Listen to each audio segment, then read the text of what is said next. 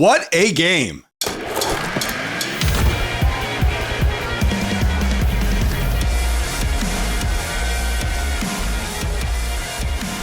Hey guys, I hope you're having a wonderful day today. If you love the Giants but you're not subscribed, be sure to subscribe. The Giants just beat the Browns.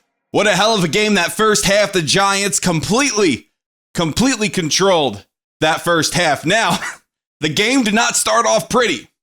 The New York Giants got the ball at kickoff, and they fumbled the ball. Then the first offensive play in the game, Browns scored. Touchdown pass to Amari Cooper.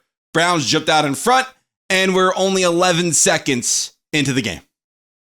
But after that, it was all Giants. The offense had 218 yards. Time of possession, 19 minutes, 7 seconds to the Browns, 10 minutes, 53 seconds. Daniel Jones had a really good first half. Went 17 for 19, 178 pass yards, 2 touchdowns. Malik Nabers was absolutely dangerous in that first half. 6 catches, 66 yards, 2 touchdowns. Malik Nabers is the first player in NFL history with 20 receptions and 3 receiving touchdowns in their first 3 NFL games.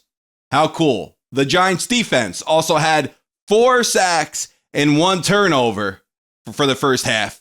They gave up 41 yards in that first half. The second half, the New York Giant defense had 7 sacks. The last time they did that was back in 2016 against the Cleveland Browns in Cleveland. So there must be something about Cleveland there. But the end of the game, it got a little sticky. It got a little nerve-wracking, in my opinion anyway. At the end of the game there, the Browns and the Giants, it was almost like, hey, who wants it? Who wants this game? Because I don't want it, right? I don't want it. The New York Giants, after scoring 21 unanswered points in the first half, did not score once in the second half. They let up a touchdown. They let up a 2-point conversion. That was it, though. Cleveland, they couldn't do much after that. But the New York Giants kind of almost, they weren't very good in that second half. Now, the Browns are no slouch. Honestly, the Browns are no slouch. They're a pretty damn good football team. Their defense is good. Last season, they won 11 games. They're not a bad team, and the Giants went in there on their home turf and outplayed them. They beat them. Now, at the end of that game, Devin Singletary, a game-winning run, I guess I'll say, because he was running. Beautiful blocking by the New York Giants, by the way. He was running.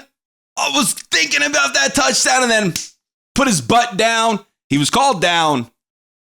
And Daniel Jones came out there. He did a couple knees, well, 3 of them. Ran the clock out and the New York Giants won. Now, against the Dallas Cowboys, this Thursday, you have to look more like the first half New York Giants, minus the first 11 seconds.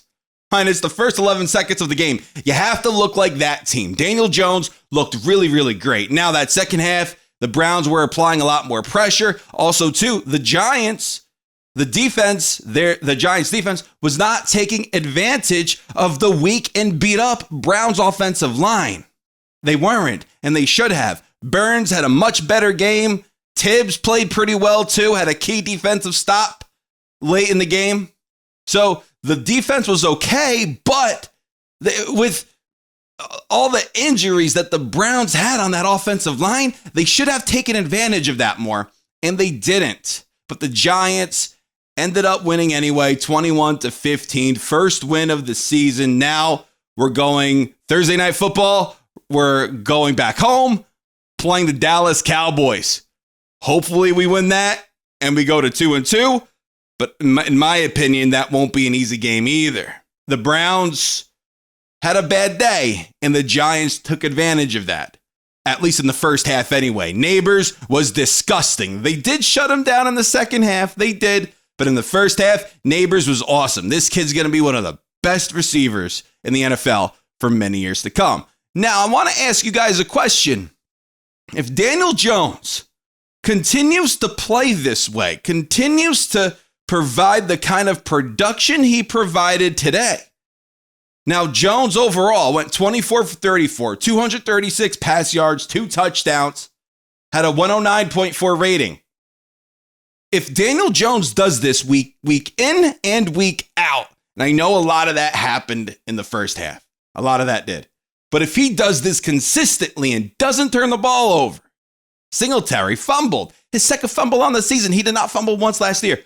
If Daniel Jones does this week in and week out, do you consider keeping him on for next year? I want to know.